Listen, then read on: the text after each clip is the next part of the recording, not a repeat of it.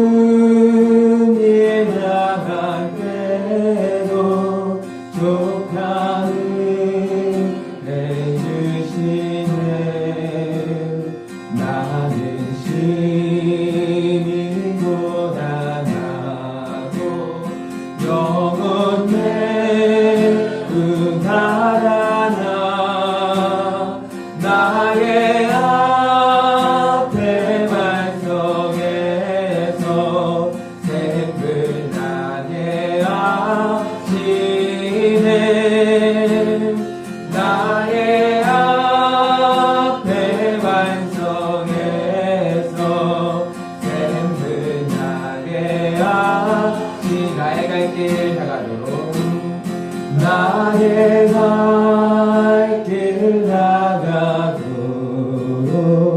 예수 인도하시.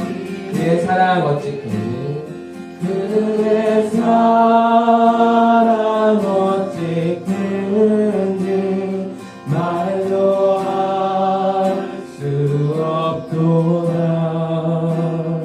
성령 강화 받은 영혼 하늘 날아갈 때에 영영 부를 나의 찬송 예수 인도하셨네.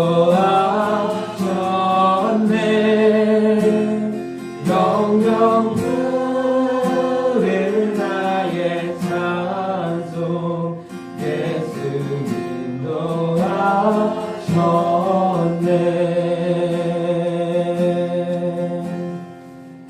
내 영혼이 은총입어 중한 죄짐 벗고 보니 슬픔 많은 이 세상도 전부대로 와. 내 영혼이 은총입어, 내 영혼이 은총입어 중한 죄짐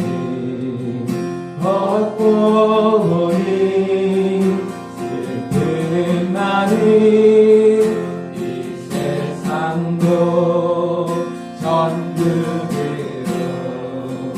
파도나 할렐루야 찬양하세 내 모든 죄 사함받고 주 예수와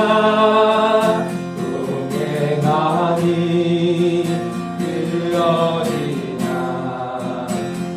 높은 산이 거친 들이 높은 산이 거친 들이 조막이나 궁궐이나 내 주 예수 모신 곳이 그러리라. 할렐루야 찬양하세 할렐루야 찬양하세 내 모든 죄 사함받고 주 예수와 동행하니 그 어디나 할렐루야 찬양하세 할렐루야 찬양하세 내 모든 죄 사함받고 주 예수와 동행하니 그 어디나 할렐루야 찬양하세 할렐루야 찬양하세 내 모든 죄 사함받고 주 예수와 동행하니 그 어디나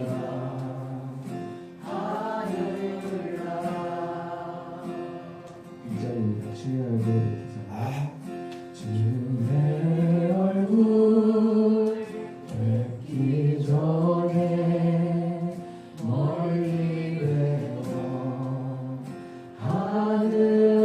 하늘나라 내 마음속에 이루어지니 날로 가까워 주의 얼굴 뵙기 전에 주의 얼굴 뵙기 전에 멀리 뵈던 하늘나라 내 마음속에 이루어지니 날로 가까워 찬양하세요 할렐루야 찬양하세 내 모든 죄 사함받고 주 예수와 동행하니 그 어디나 하늘나라.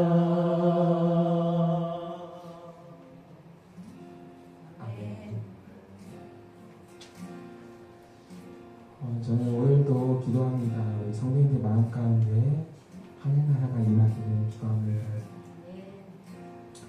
이 세상은 어둡고 참 슬픔이 많은 세상이지만 그 가운데에서 마음 가운데는 하늘나라가 임하는 것입니다.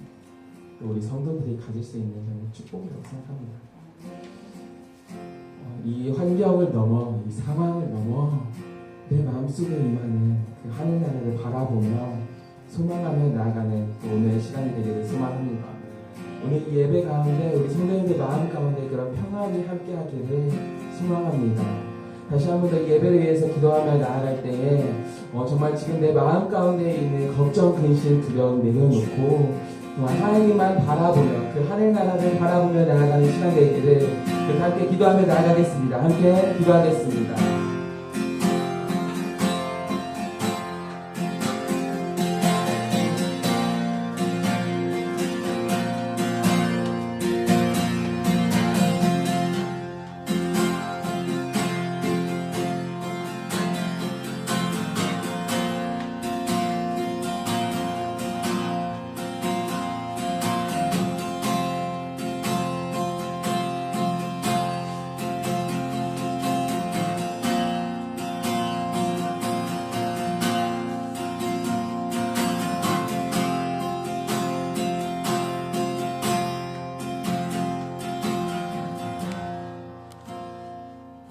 우리 주 예수 그리스도의 은혜와 하나님의 사랑과 성령의 교통하심이 여러분과 함께 하시기를 축복합니다.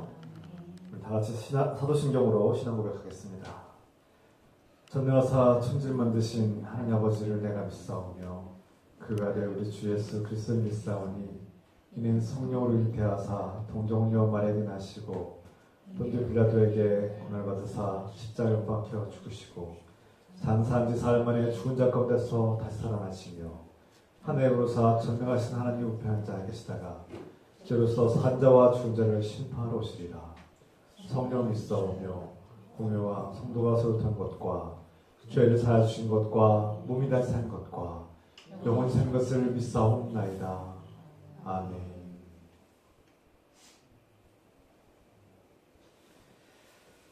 찬송가 391장 찬송하면서 준비하시면 하나님께 드리겠습니다.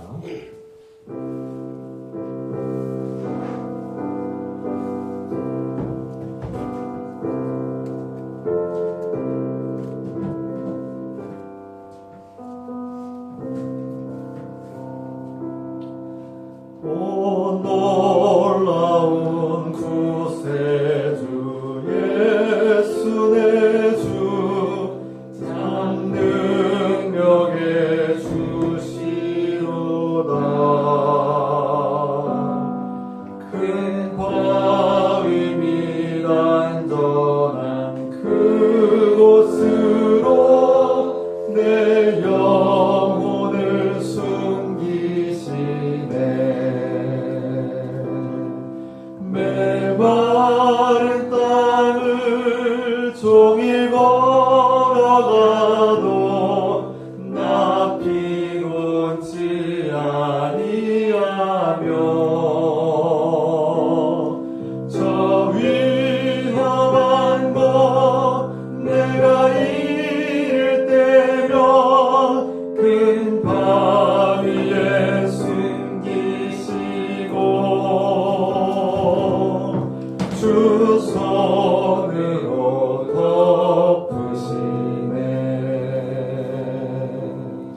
오 놀라운 구세주 예수 내 주 내 모든 짐 벗기시네.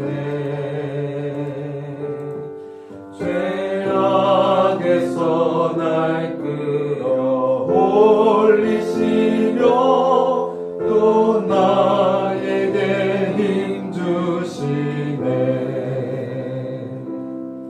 메마른 땅을 종일 걸어가도 나 피곤치 아니하며 저 위험한 곳 내가 이를 때면 큰 바위에 숨기시고 주 손으로 덮으시네.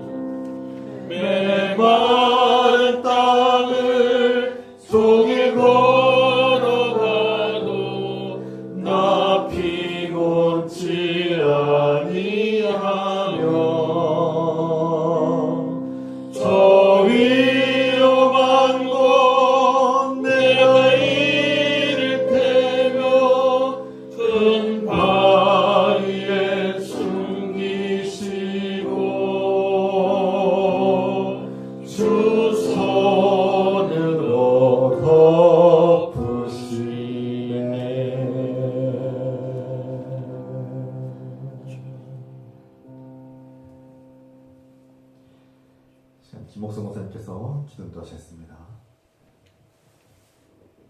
사랑하는 하나님 아버지, 우리가 주님을 찬양하고 높이며 예배드립니다. 우리 예배 가운데 성령으로 충만하게 임재하옵소서.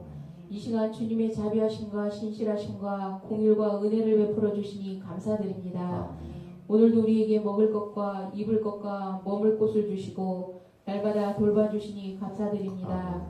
이 시간 나의 어리석음과 연약함과 교만과 죄악을 고백하고 회개하오니 용서하여 주시옵소서. 주님의 뜻이 아니라 나의 생각과 욕심과 욕망을 따라 살았음을 고백하고 회개하오니 용서하여 주시옵소서. 주님, 우리가 예수 그리스도 안에서 서로 사랑하고 섬기며 진리의 말씀을 따라 살게 하옵소서. 주님, 우리 교회의 공동체를 불쌍히 여겨주시고 화합과 평화의 길로 인도하소서. 오늘도 주님의 메시지를 전하는 목사님과 함께 하시고 주님의 힘과 능력과 은혜를 더하여 주시옵소서. 오늘도 우리 안에 하나님 나라와 영원한 생명과 부활 소망이 가득하게 하옵소서. 이 땅에서 어려움과 고통과 절망을 이기고 날마다 승리하게 하소서.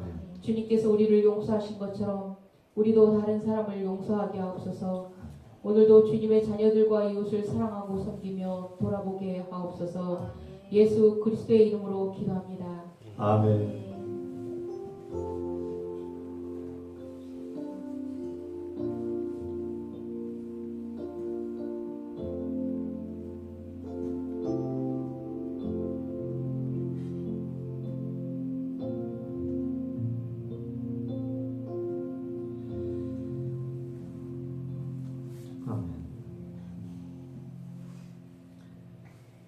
주 이름으로 환영하고 축복합니다. 서로 인사만 합시다. 주님의 이름으로 환영합니다. 축복합니다. 주 이름으로 사랑합니다. 반갑습니다. 이 시간 오늘은 주연절 5째 주일이자 신학교육주일 예배를 드립니다. 다음 주일은 주연절 6째 주일이자 서울주일로 드립니다.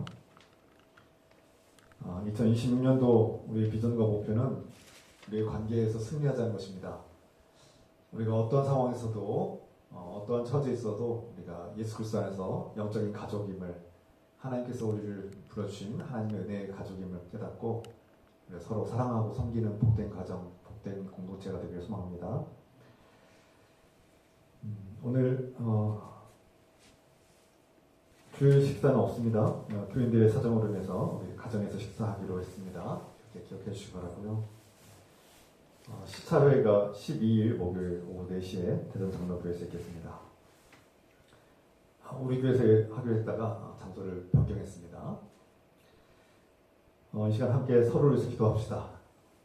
우리 교인들, 우리가 서로에게 정말 힘이 되고 서로가 하나님의 은혜 가운데서 영적인 가족이 되고 정말 서로가 우리 형제 자매들이 주 안에서 평안하고 또 질병이 치유되고 회복되길 기도합시다. 기도합니다. 사랑하는 아버지, 주님, 우리가 사랑하는 형제 자매들이 주 예수 그리스도 안에서 서로 사랑하기를 원합니다. 서로 용서하고 응답하게 하옵소서. 주님, 우리가 한 마음 한 뜻이 되게 하옵소서. 주님, 우리 안에 주님의 뜻이 이루어지고 하나님 나라가 펼쳐지게 하옵소서.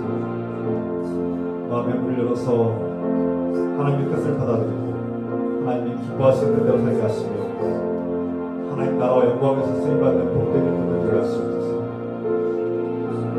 우리 사랑하는 형제 자매들이 그 마음의 외로움과 공허함과 질병의 고통과 어려움이 있을 때 불쌍히 여주시고 치료되고 회복되게 하시며 간과하게 하옵소서. 주 안에서 돌이키게 하시고 하나님을 영화롭게 하며 하나님을 기쁘시게 하는 모두가 아름다운 공동체 되게 하옵소서. 주여, 함께 하시면 감사드립니다.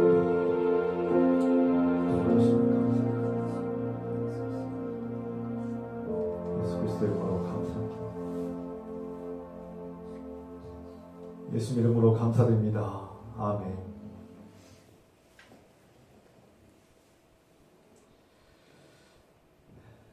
매주 토요일마다 이 예배당을 청소하시고 관리해 주시고 들어오시고 섬기시는 우리 아도수사님께 진심으로 감사드립니다.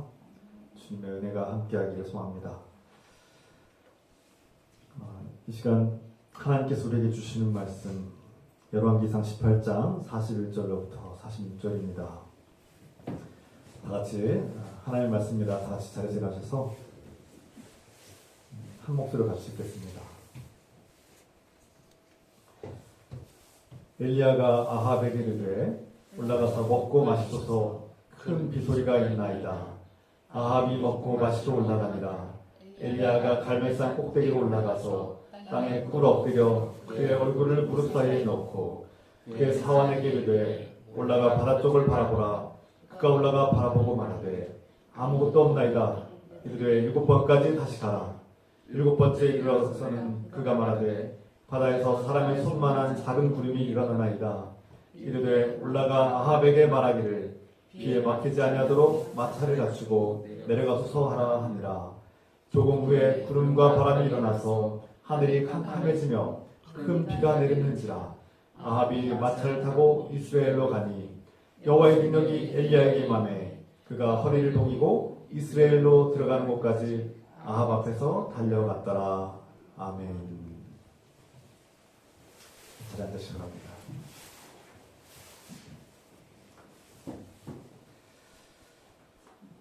작년 여름에 여러분 기억하시죠? 작년 여름에 강릉에는 큰 가뭄이 오랫동안 있었습니다. 그래서 강릉 시민들 대부분이 이렇게 씻지도 못하고 심지어 마실 물이 없어서 식수 공급을 받아야 했습니다. 이 가뭄들을 해결하기 위해서 정부가 다양하게 이렇게 해결하려고 노력했던 그런 기억들이 납니다. 강릉뿐이겠습니까?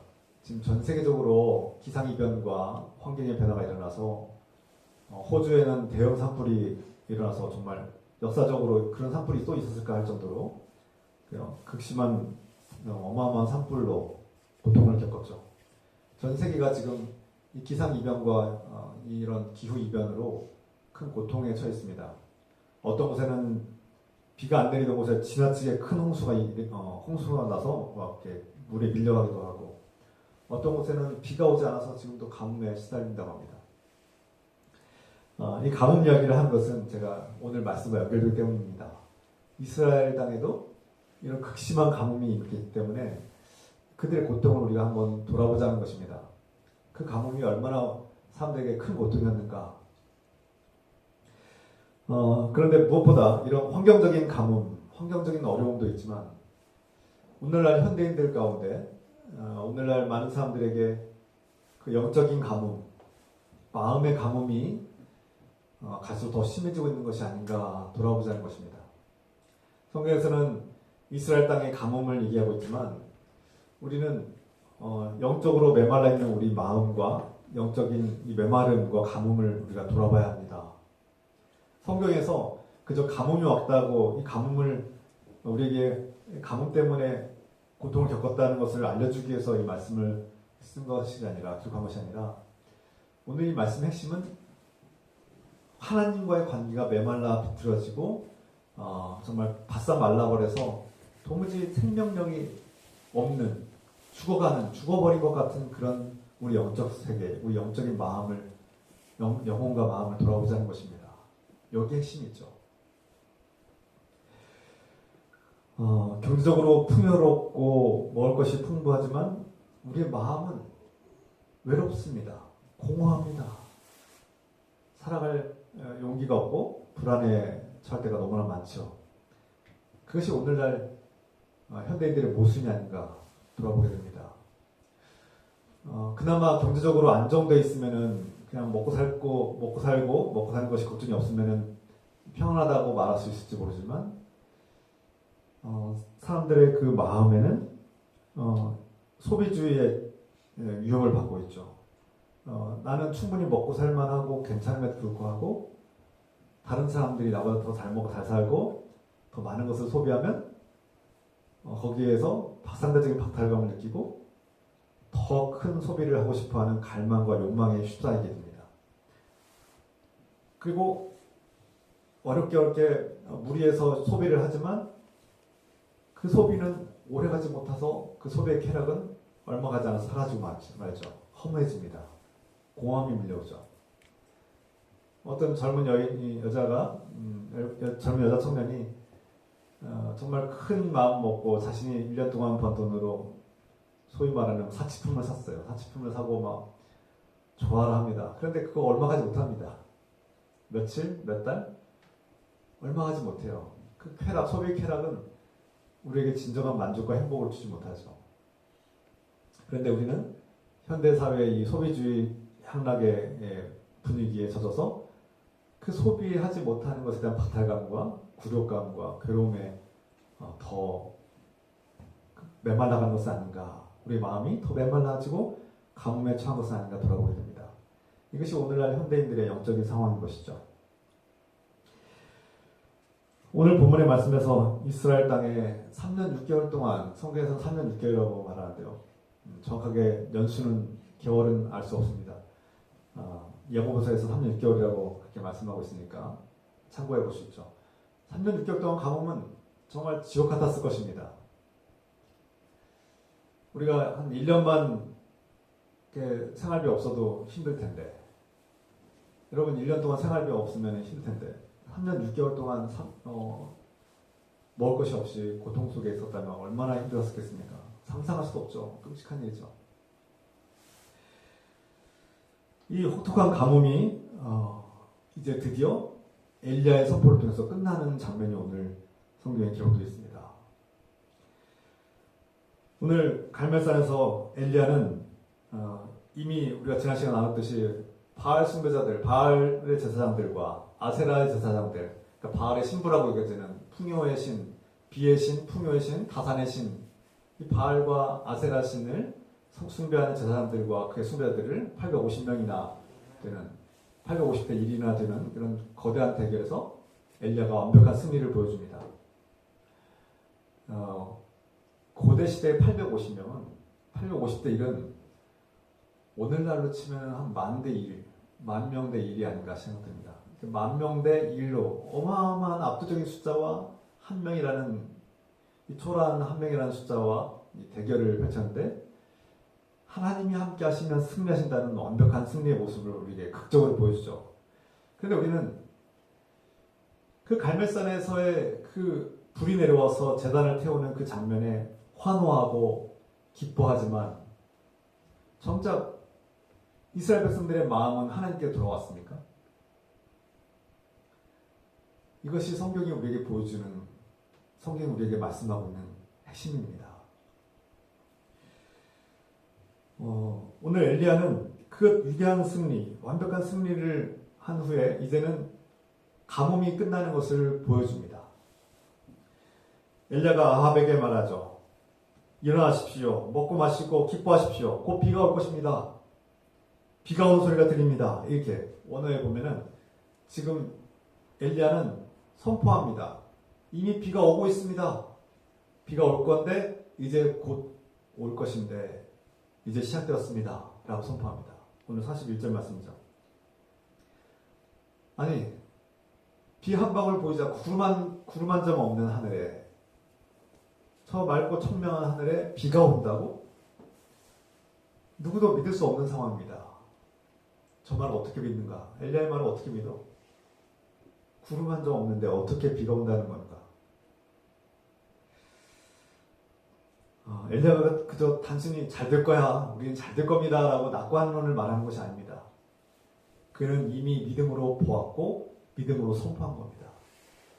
하나님이 나와 함께 하심으로 하나님께서 하시는 일은 반드시 이루어진다. 내가 볼 때는 안 이루어질 것 같아요. 내가 볼 때는 도무지 비가 올 것 같지 않아요. 그런데 하나님께서 함께 하시고 하나님께서 펼치시면 반드시 이루어진다라고 선포한 겁니다. 믿음의 선포죠. 믿음의 고백입니다. 만물의 주권자는 바알이 아니라, 우리에게 진정한 풍요를 주는 신은 바알이 아니다. 야훼 하나님, 이스라엘과 약속하신 하나님이시다. 야훼 하나님이 우리의 진정한 풍요를 주시는 분이시고 비를 주관하신 분이다라는 것을 선포한 겁니다. 그는 갈멜산 꼭대기에 올라가서 무릎 사이에 얼굴을 파묻고 엎드려서 기도합니다. 겸손한 것을 의미하죠. 내 힘으로 내 능력으로 되는 것이 아니라는 것을 엘리야는 누구보다 잘 알고 있는 거예요. 이건 내가 하는 일이 아니야. 하나님께서 하시는 일이라는 것을 그의 몸으로 보여주는 것입니다. 엎드려서 정말 머리를 쳐박고 기도하는 것이죠. 언제나 하나님의 위대한 역사와 하나님의 위대한 승리는 납작 엎드려서 기도하는 것입니다. 여러분, 하나님의 위대한 역사와 승리는 우리가 엎드려서 기도할 때, 겸손하게 내 마음의 모든 것을 비울 때, 오 주여, 내 뜻대로 하지 마시옵고 아버지의 원대로 아버지 뜻대로 하옵소서. 예수님께서 하신 기도의 그 모습처럼 우리는 납작 엎드려서 기도할 뿐입니다. 엘리야가 하는 것이 아닙니다. 하나님께서 하시는 것입니다. 제가 여러분들에게 안수하며 기도할 때가 있어요. 매주 하죠. 그건 제 힘으로 하는 것이 아닙니다. 제가 하는 겁니까? 하나님께서 하신다는 것을 선포하는 겁니다. 여러분을 치유하신 것은 하나님이십니다. 그것을 믿고 하는 거예요. 제가 무슨 능력이 있겠습니까? 제가 무슨 마술사입니까? 의사입니까? 아니에요. 주님께서 엘리야의 기도를 통해서 일하신 것처럼 하나님께서 저와 같이 엘리야도 저와 같은 똑같은 사람입니다. 야고보서 5장의 말씀처럼 엘리야도 우리와 똑같은 사람이다. 우리와 별반 다를 바가 없는 사람이었다. 그런데 하나님께서 그의 기도를 들으시지 아니하느냐. 믿는 자의 기도를 들으신다는 것입니다. 그 믿음으로 기도하는 것이죠. 엘리야가 비장한 각오로 아주 엎드려서 간절하게 기도합니다. 왜 그렇습니까? 비가 내리는 것은 단순히 그냥 풍요를 주는 것으로 끝나는 것이 아니라 누가 진정한 하나님이냐? 이스라엘의 진정한 신은 누구냐? 바알이냐? 야훼 하나님이냐? 지금 이것을 보여주기 위해서 비가 내려야만 하는 것이고 엘리야가 기도할 때 야훼 하나님께서 들으신다는 것을, 그 비를 주관하신 분은 하나님이시라는 사실을 극적으로 보여줘야지 이스라엘 백성들의 마음이 돌아올 것이라고 믿기 때문에 엘리야는 지금 비장한 각오로 간절하게 기도하는 것이죠. 이것은 영적 전쟁입니다. 그냥 기도해서 되면 좋고 안 되면 많은 그런 것이 아니라 이 이스라엘 백성들이 완악한 하나님을 떠나버린 도무지 우상숭배에서 돌아오지 않는 이스라엘 백성들을 하나님께로 돌아오게 하려는 간절한 마음으로 기도하는 것이죠. 엘리야가 그의 종에게 말합니다. 너는 저 언덕 꼭대기에 올라가서 바다를 향해 보라. 저 바다에서 구름이 일어나는지 비구름이 일어나는지 보고 나에게 보고하라 합니다. 그 종이 갔다가 없어요. 아무것도 보이지 않아요. 맑은 하늘뿐이에요. 구름 한 점 보이지 않아요. 엘리야에게 어서 말합니다. 아무것도 보이지 않습니다. 아무것도 없습니다. 구름 한 조각 없습니다. 너는 계속 가서 보고 나에게 보고하라. 또 보고합니다. 또 가서 보고하고 또 없습니다. 너는 또 다시 가서 보고하라. 그리고 엘리야는 또 다시 간절히 기도합니다. 엘리야의 심정이 어땠을까요? 지금 간절하게 기도하는데도 비가 오지 않고 있고 분명히 앞에서 아합 왕이 큰 소리로 외쳤습니다. 비가 올 것입니다. 이제 비 오는 소리가 들립니다라고 선포했는데 구름 한 조각 보이지 않으니 큰일입니다. 이거 거짓말쟁이가 되는 거 아닙니까? 거짓말쟁이가 되는 거 아니에요?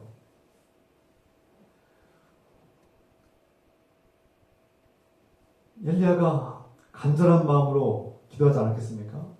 하나님께서 나의 기도를 들으시는가? 만약 비가 내리지 않으면 어떡하지? 저 아합 왕과 이스라엘 백성들이 하나님을 외면할 텐데 큰일이 아닙니까? 앞에서 큰 승리를, 완벽한 승리를 보여줬는데 가뭄이 하나님의 말씀 선포로 시작되었는데 이 가뭄을 끝내시는 분도 하나님이셔야 되는데 계속 기도해도 구름 한 조각 보이지 않는 거예요. 정말 엘리야의 마음이 불안했을지 모르겠습니다. 불안했을 것 같아요.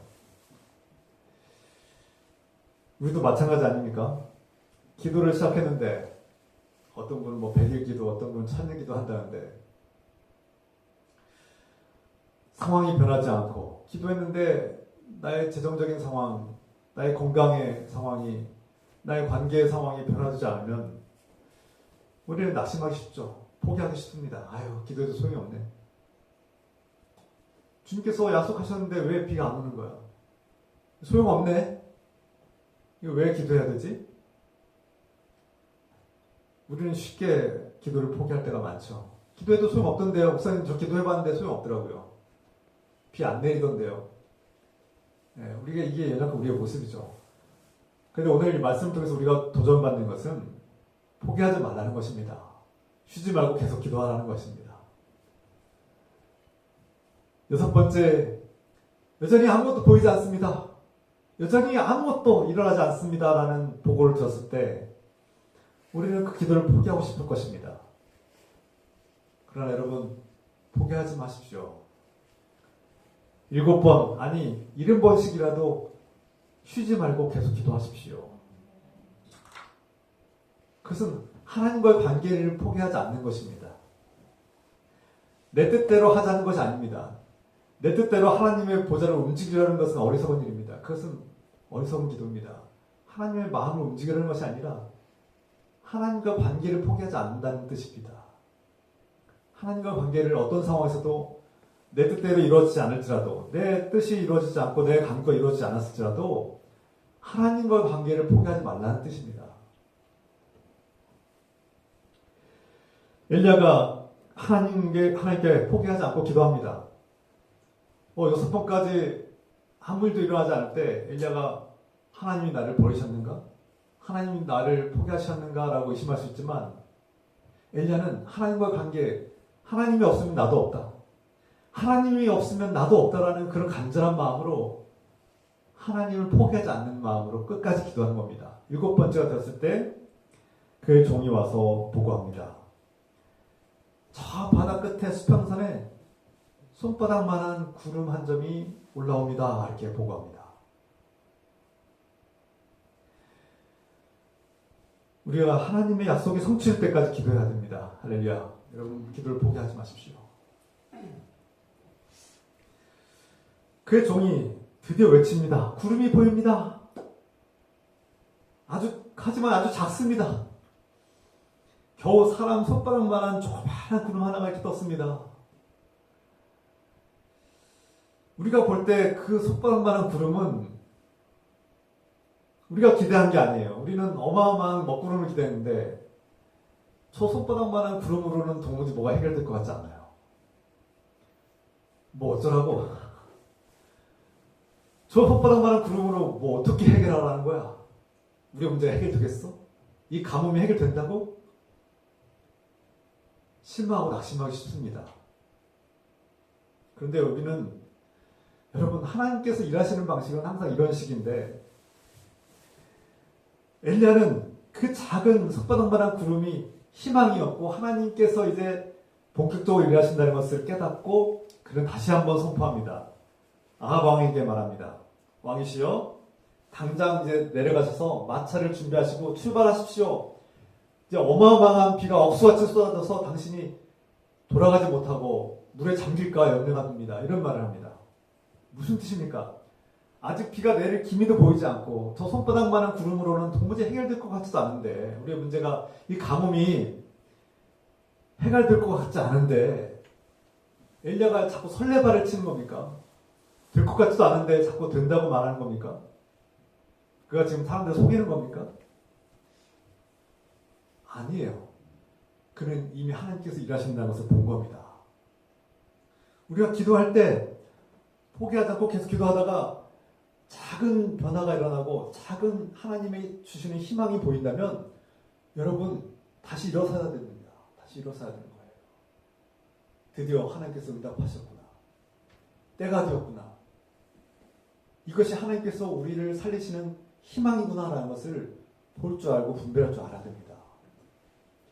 그 작고 보잘것없는 게 저거 가지고 뭐 해결되겠습니까? 라고 실망하고 포기할 것이 아니라 자꾸 그런 부정적인 생각으로 하나님의 뜻을 외면하지 말고 그 자꾸 보잘것없는 변화가 하나님께서 우리를 살리시는 구원의 역사가 시작됐다는 것을 볼 수 있는 그런 영의 눈을 뜨시기를 소망합니다. 할렐루야.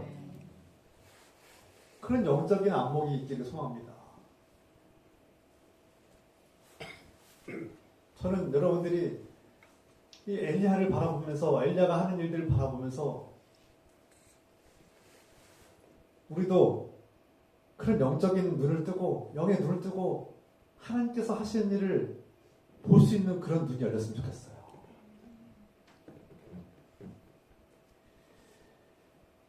엘리야는 이미 비가 오지 않는 상황에서도 비가 올 것을 선포했고, 그거는 사람들 속이려고 하는 것이 아니라 하나님께서 반드시 하신다는 것을 믿었던 겁니다.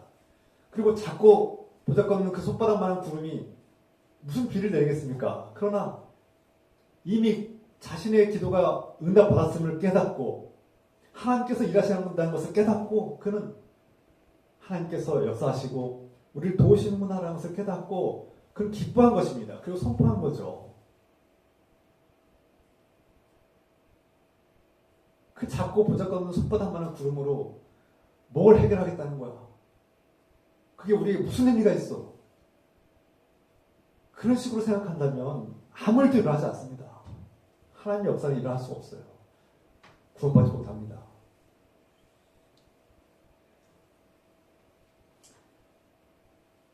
동시에 우리는 엘리야를 통해서 그의 연약함도 바라보게 됩니다. 엘리야의 마음에 제가 볼 때 엘리야는 이런 생각을 가지고 있는 것 같아요. 그가 이제 거대한 비가 내릴 것을 믿고 그는 허리를 동이고, 그러니까 달릴 준비를 했다는 거죠. 달리길 준비를 하고 아합 왕이 전차로 그의 부하들과 함께 달려갈 때 그 전차 앞에 수행자처럼 아주 초인적인 힘을 발휘해서 달려갔다는 거 아닙니까?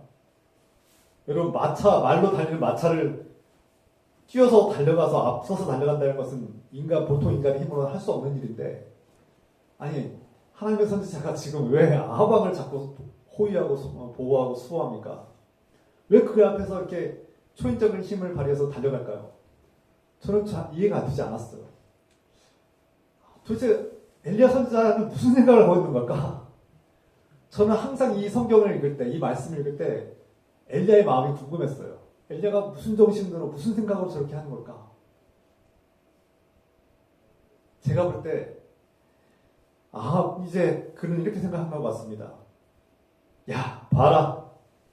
이제 아합 왕이 내가 선포한 말씀대로 이 땅에 비가 내리지 않을 거라고 선포했을 때 가뭄이 3년 6개월 동안 가뭄이 왔고, 봐라. 이제 비 갈 것이라고 선포하니까 어마어마한 비가 내린 것을 그가 볼 것이고, 내가 그의 마차가 더 빨리 앞서 달리는 것을 보면서, 야, 나를 이제 다시 보게 될 거다.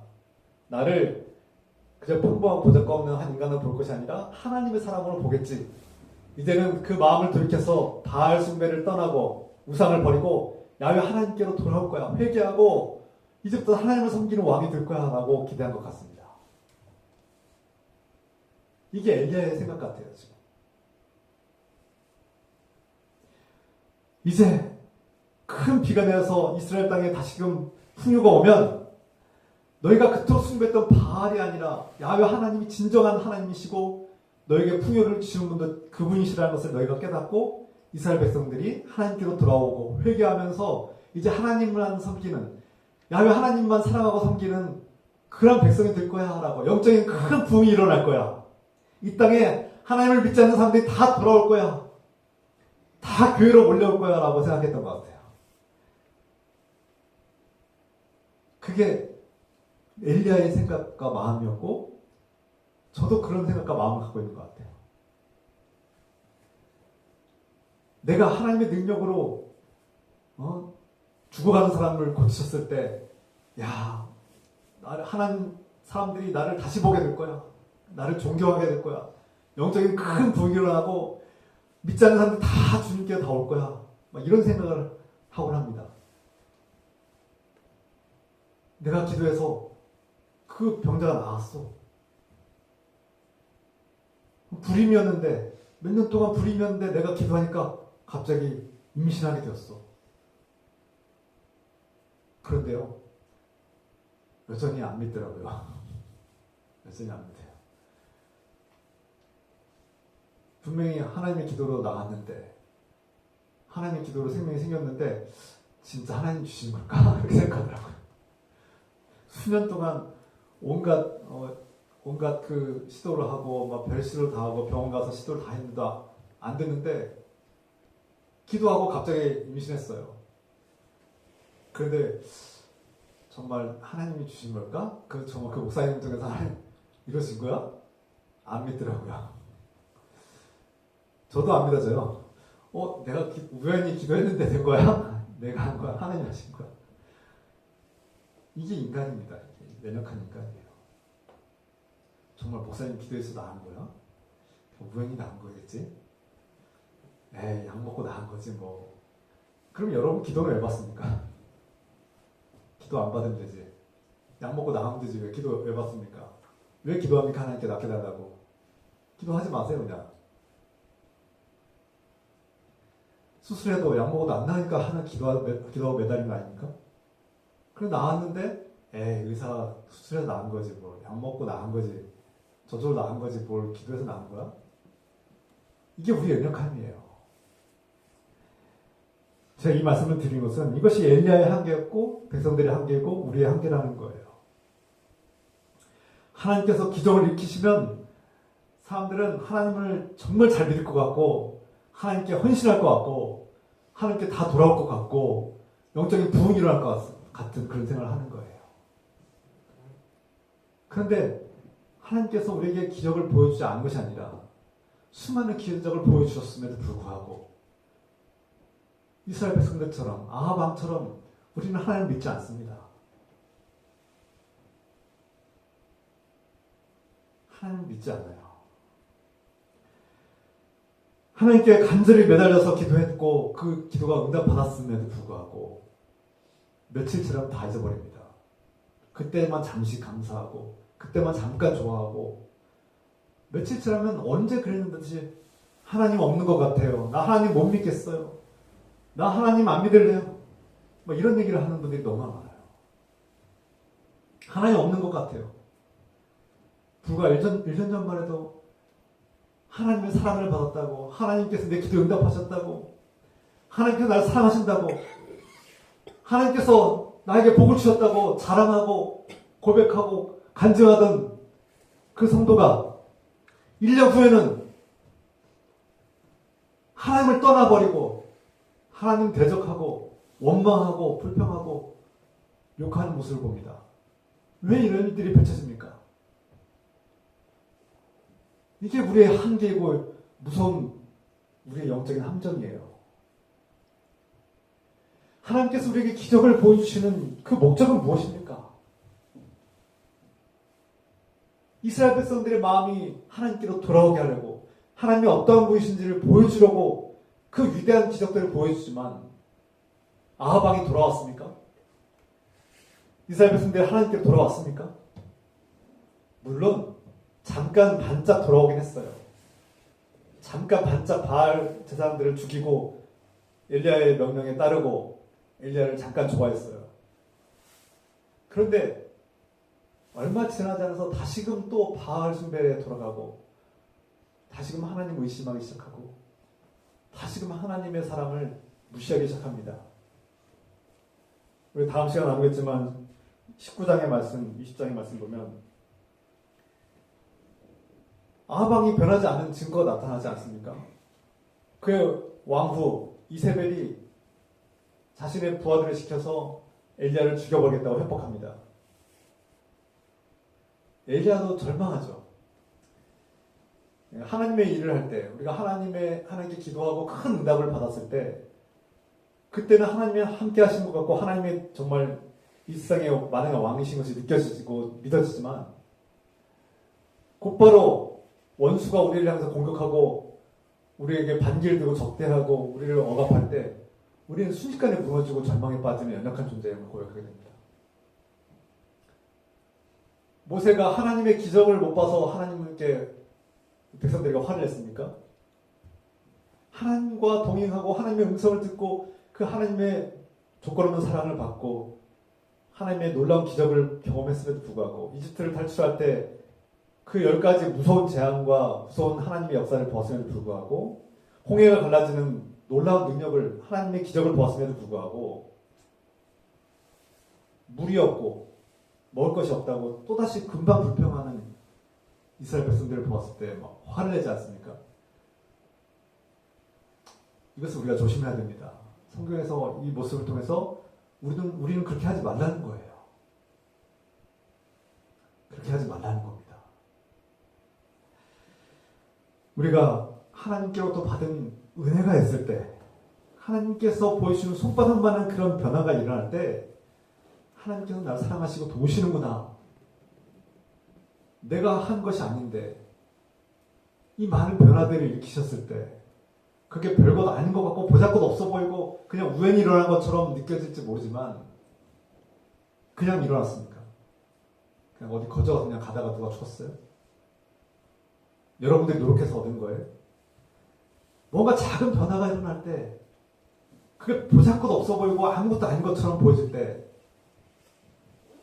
하나님이 부어주고 또 부어주고 여러분들 사랑한다고 보여주고 또 보여주지만 여러분들의 마음이 하나님께로 돌아오지 않는다면 무슨 소용이 있겠습니까? 무슨 소용이 있어요? 눈먼 자의 눈을 뜨게 하고 듣지 못한 자의 귀를 열게 하시고 말 못한 자의 입을 열어서 말을 하게 하고 누워있는 자, 중풍병에 누워서 평생을 누워있는 자를 일어서게 하면 뭐합니까? 안 믿는데요. 안 믿어요. 안 믿어요. 그 무서운 고통을 해결해 주셨는데도 안 믿어요. 그냥 조금 나으면 다시 또 잊어버려요. 하나님 잊어버려요. 금세 잊어버려요. 다시 또 돌아가요. 다시 또 중독의 길로, 또 죄악의 길로, 옛날에 하던 습관대로 또 돌아가요. 하나님 마음이 정말 아플 것 같아요. 엘리야의 마음도 아프고 무너지지만 정말 하나님은 날마다 무너질 것 같아요. 하나님 마음은 날마다 무너져요. 내가 그토록 너를 사랑하고 내가 그토록 너를 위해서 헌신하고 내가 사랑하는 것을 보여주고 또 증명했음에도 불구하고 다시 또 바알에게로 돌아가고 또 하나님을 믿지 않고 조금만 어려움이 오면 또 하나님을 떠나겠다고 협박하고 내가 너를 언제까지 참고 인내하겠냐? 내가 언제까지 너를 참고 인내하겠냐? 정말 하나님 마음이 너무 가슴이 아플 것 같아요. 하나님은 날마다 그 마음이 무너질 것 같아요. 어제는 사랑한다고 고백하더니 그 다음 날에는 하나님 나한테 왜 이러냐고 하나님 막 화내고 하나님께 원망하고 불평하는 그런 인간의 연약함을 우리가 보게 된 거죠. 참 인간이 내가 너에게 한 일을 보라. 왜 잊어버리냐? 왜 잊어버리냐? 하나님께서 엘리야를 통해서 하신 일을 우리가 봐야 합니다. 그 엘리야가 행한 일이 하나님을 통해서 하나님께서 엘리야를 통해서 하신 그 일이 그저 수천 년 전에 끝나버린 유해적인 사건이 아니라 오늘 저와 여러분 가운데서 이루어지는 사건입니다.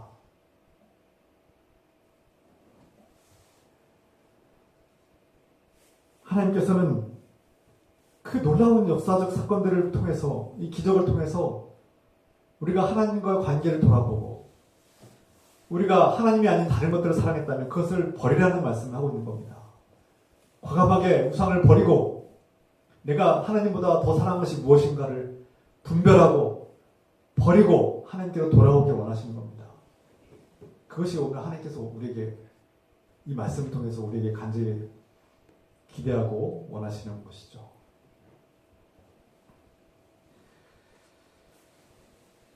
우리는 엘리야의 모습에서 우리 자신을 발견합니다.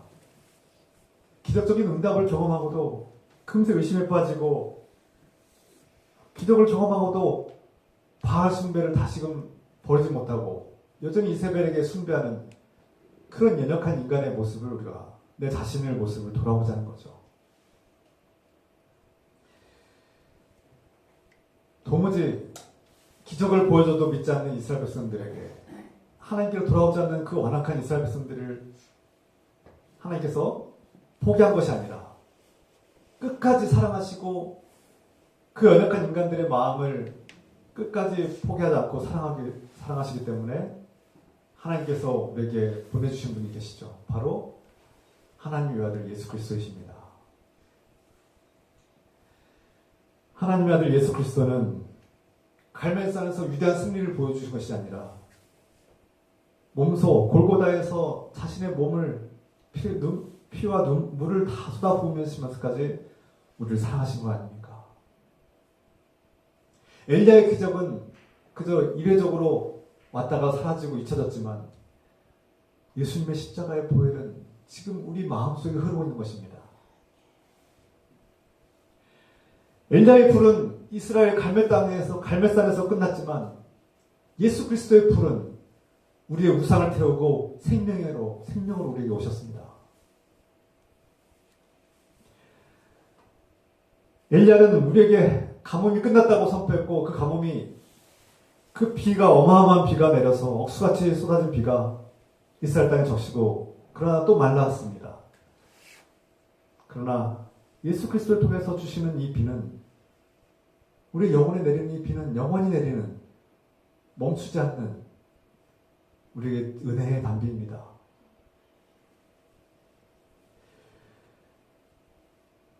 엘리야가 기도할 때 이스라엘 땅에 비가 내렸지만 지금은 예수 그리스도 이름으로 우리가 구할 때마다 그 담비가 우리 영혼의 가뭄을 적시는 은혜의 담비로 우리가 필요할 때마다 항상 주어지는 그런 영원한 담비가 된 것입니다.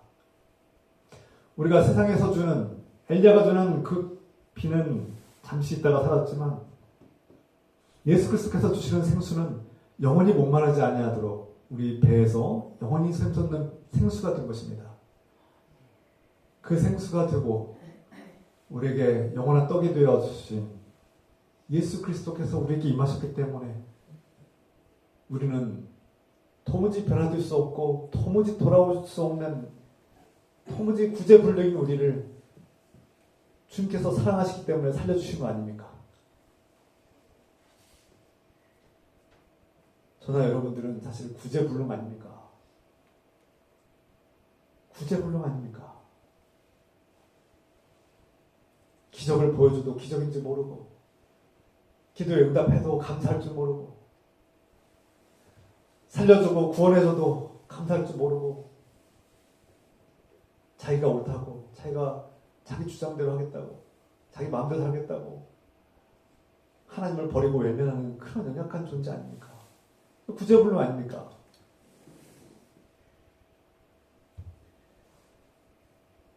그 구제불능을 포기하지 않으시고 하나님의 아들 예수 그리스도를 우리에게 보내주신 것은 그 무엇도 막을 수 없는 끝없는 하나님의 조건 없는 사랑 때문에 그저 구제불능인 우리를 있는 모습 그대로 사랑하시고 용서하시고 품으시는 그 아버지의 사랑이 있기 때문에 우리는 값없이 조건 없이 하나님의 자녀가 되었고 영원한 생명과 하나님 나라를 얻었습니다.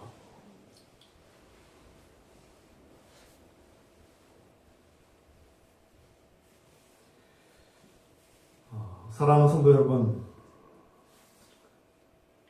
여러분의 인생에서 지금 가뭄은 무엇입니까? 어떤 분은 경제적인 어려움의 가뭄을 겪고 있을 것이고 어떤 분은 건강의 어려움, 그 건강의 가뭄을 겪고 있고 어떤 분은 도무지 깨어져서 회복될 것 같지 않은 관계의 어려움 때문에 원수가 되어버린 그 관계 때문에 아파하고 괴로워하는 그 가뭄 때문에 고통을 겪을 수도 있습니다. 사람마다 어떠한 가뭄이 있을지 모릅니다. 어떤 분은 도무지 채워도 채워지지 않는 외로움 때문에 또 인생의 공허함이 밀려와서 뭘 해도 만족감이 없는 그런 공허함 때문에 인생의 가뭄을 겪고 있을 수 있습니다. 내가 예수 믿고 교회도 다녀보고 기도도 해봤는데 그 결과가 여전히 구름 한 장 없습니다. 아무 변화도 일어나지 않습니다. 라는 보고를 들을 수도 있습니다. 목사님, 저도 해봤다고요. 저도 해봤어요.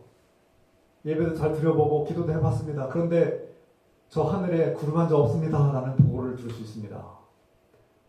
우리의 상황이 여전히 변화된 것이 하나도 없이 느껴질 수 있습니다. 그러나 여러분 실망하고 낙심하지 마십시오. 끝까지 기도해야 합니다. 오늘 엘리야가 우리에게 주시는 도전의 말씀은 포기하지 말고 기도하라는 것입니다. 그리고 기도하다가 손바닥만한 변화가 있다면 저 손바닥만한 구름으로 이 가뭄이 해결되겠어라고 실망하고 포기할 것이 아니라 주님께서 내 기도를 응답하시는구나. 엘리야 기도를 들으시는구나. 목사님의 기도를 들으시는구나. 나는 노력한 적이 없는데 하나님께서 막 우리에게 보내주시는구나. 막 선물로 주시는구나. 우리에게 기회를 주시는구나. 우리를 살려주시려고 막 보내주시는구나. 하나님의 선물인데 그 선물을 보지 못하고 네가 이뻐서 잘나서 주는 겁니까? 잘해서 주는 겁니까? 못나고 못해도 구제불능임에도 불구하고 주시는 거 아닙니까? 살려주시려고 주시는 거 아닙니까? 엘리야가 백성들을 속였습니까? 믿음으로 선포한 거죠. 하나님께서 하시면 이루어진다. 하나님께서 우리를 사랑하시기 때문에 주시는 것이다 라고 선포한 거 아닙니까? 그게 손바닥만한 구름일지라도 저거 갖고 해결되겠어 라고 할지 모르지만 그것은 시작에 불과한 거 아닙니까? 하나님께서 저 여러분들 사랑하시기 때문에 주신 작은 선물이 보잘것없다고 버리실 겁니까? 무시할 겁니까? 그러지 마십시오. 그 손바닥만한 구름이 뭘 하고 그게 우리를 해결해 주겠습니까? 내 가뭄을 해결해 주겠습니까? 그거 조금으로 어떻게 해결됩니까? 라고 여러분 그런 말 하지 마십시오.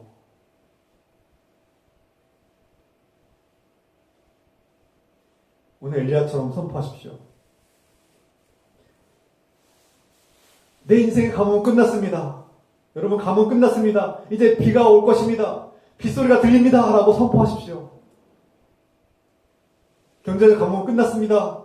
예수 그리스도 이름으로 나의 경제적 가뭄은 끝났습니다.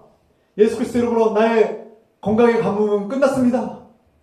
예수 그리스도 이름으로 나의 관계의 어려움과 가뭄은 끝났습니다. 라고 선포하십시오. 그것이 그냥 낙관론 하면 된다. 정신승리를 말하는 것이 아니라 하나님께서 하시면 합니다. 하나님께서 나의 기도를 들으시고 응답하실 것을 믿습니다. 라고 선포하는 거 아닙니까? 내가 우상을 버리고 하나님께로 돌아왔습니다. 내가 우상을 더 이상 의지하지 않겠습니다. 내가 하나님보다 더 사랑하는 것들을 버리겠습니다. 내 안에 있는 바알과 아세라를 버리겠습니다. 그렇게 선포하는 거 아닙니까? 내가 의지했던 그동안 내가 하나님보다 더 의지했고 하나님보다 더 사랑했던 것들을 과감하게 버리겠습니다. 내려놓겠습니다.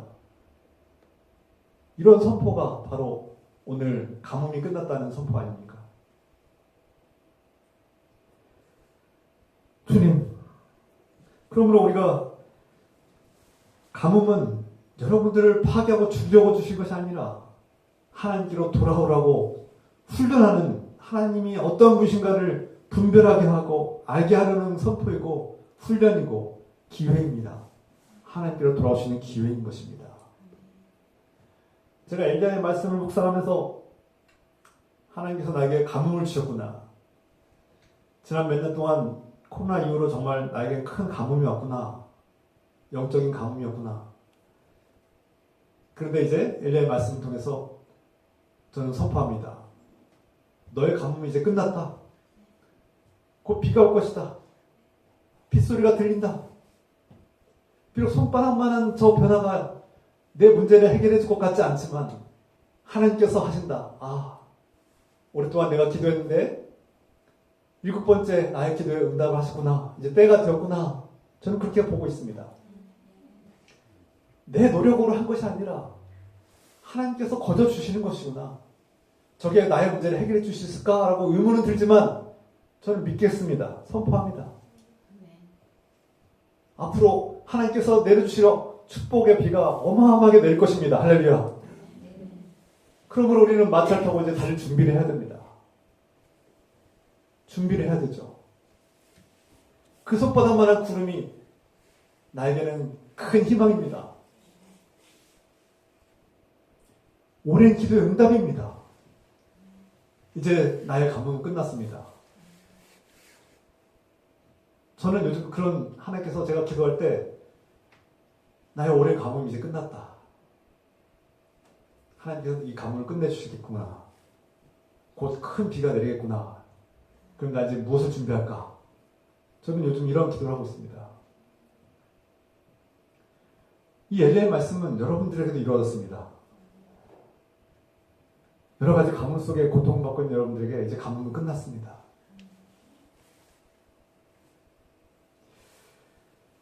예수 그리스도를 믿는다고 해서 우리의 현실의 모든 문제가 한꺼번에 단번에 해결되지 않습니다. 그런 것을 말하는 것이 아닙니다. 그런 낙관론을 말하는 것이 아닙니다. 그러나 중요한 것은 예수 그리스도를 통해서 우리 삶이 변화되기 시작했다는 겁니다. 저 바다 끝에 그 손바닥만한 구름은 우리의 모든 문제를 해결해 줄 것 같지 않지만 예수 그리스도를 믿는다고 해서 당장 모든 문제가 내 현실의 모든 문제가 해결될 것 같지 않지만 우리에게 진정한 생명과 구원과 평화와 기쁨이 감사가 넘치는 놀라운 단비가 우리가 상상할 수 없이 우리에게 임할 것입니다. 할렐루야. 이것을 우리는 오늘 선포하고 기도합시다. 비록 나의 현실은 여전히 깜깜하고 바람이 몰아칠지 모르지만 예수 그리스도 안에서 나의 가뭄은 끝났고 영원한 생명과 은혜의 단비가 억수같이 쏟아질 것을 믿고 선포하는 그런 복된 시간이 되기를 주 예수 그리스도의 이름으로 축원합니다. 축원합니다. 아멘. 기도합시다. 사랑하는 하나님 아버지, 오늘 엘리야의 말씀이 나에게 이루어졌습니다. 주님, 오늘 이 말씀이 우리 모두에게 이루어졌습니다. 주님, 내 뜻이 아니라 주의 뜻이 이루어졌습니다. 주님, 내 뜻대로 하지 마옵시고 주의 뜻대로 하옵소서. 주의 말씀이 내게 이루어졌습니다.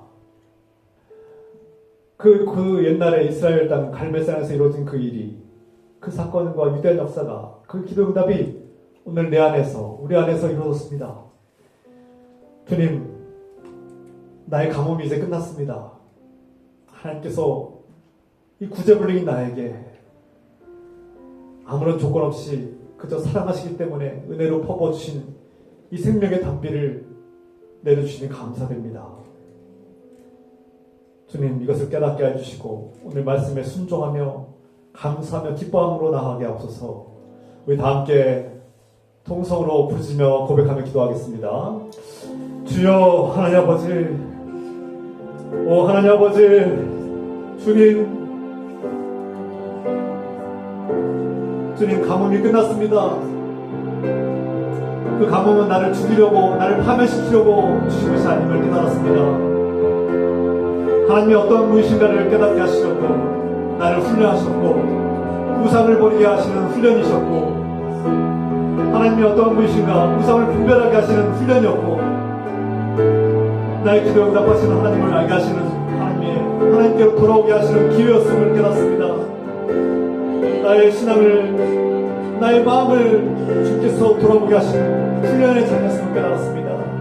그리고 이제 그 가뭄이 끝났습니다. 그 가뭄이 끝났습니다. 내 노력으로 얻은 것이 아니라 하나님께서 주신 것임을 깨달았습니다. 우리는 아무것도 노력한 적이 없습니다. 우리의 노력으로 얻은 것은 하나도 없습니다. 우리가 무엇을 했습니까? 그런데 이제 하나님께서 우리에게 이 징조를 보여주셨습니다. 그 손바닥만한 구름은 우리의 현실의 문제를 해결해 줄 것 같이 보이지 않습니다만, 이제 하나님께서 시작하셨음을, 우리에게 하신 놀라운 역사와 놀라운 구원의 은총을 봅니다. 이것을 볼 수 있는 눈을 열어주셔서, 믿음을 보여주셔서, 믿음을 더하여 주셔서, 주님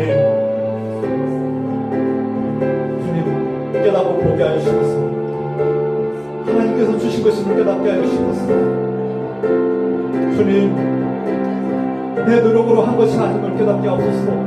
나는 아무것도 노력하지 않았으나 하나님께서 퍼부어 주신 것을 깨닫게 하옵소서. 하나님께서 보여주신 그 변화들을, 하나님께서 나를 사랑하셔서 조건 없이 주신 것들을 깨닫게 해주시고 보게 하여 주셔서, 그리고 감사한 마음으로 받아들일 수 있는 마음 주셔서, 내가 무엇을 했는지 돌아보게 하소서. 내가 무엇을 했는지 하나님이 하셨음을 깨닫게 하소서. 하나님이 하신 것을 보게 하소서.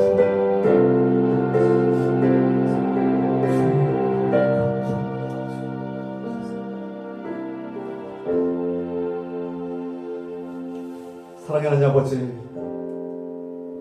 오늘 이스라엘 땅에 엘리야가 선포한 것처럼 가뭄이 끝났습니다. 하나님께서 엘리야를 통해서 선포하신 말씀이 오늘 우리에게 이루어졌습니다. 주님, 엘리야의 선포처럼 이제 예수 그리스도 안에 있는 나는 영적인 가뭄이 끝났습니다. 가뭄은 나를 죽이려고 하는 것이 아니라, 나를 파멸시키려고 하는 것이 아니라 악한 우상 숭배를 버리게 하셨고 하나님께로 돌아오게 하시는 훈련이셨고, 우상을 분별하고 하나님이 누구이신가를 알게 하는 하나님의 영적 훈련이었고 기회였음을 깨닫습니다. 이제 엘리야를 통해서 선포하신 말씀이 나에게 이루어졌고 가뭄이 끝났음을 선포합니다. 그 손바닥만한 구름이 내 모든 문제를 해결해 줄 것처럼 보이지 않을지라도 이제 하나님께서 하실 놀라운 구원의 역사와 억수같이 쏟아질 구원의 축복과 은혜의 담비가 내게 임할 것을 믿고 선포합니다. 나에게 가뭄이 끝났습니다. 구제불능이 우리에게 그럼에도 불구하고 그저 값없이 주신 은혜를 깨닫습니다. 이 모든 은혜의 담비를 값없이 부어주신 우리 주 예수 그리스도의 은혜와 하나님 아버지의 끝없는 사랑하심과 성령님의 교통하며 역사하심이 지금부터 영원토록 함께해 주시기를 간절히 축원하옵나이다. 아멘.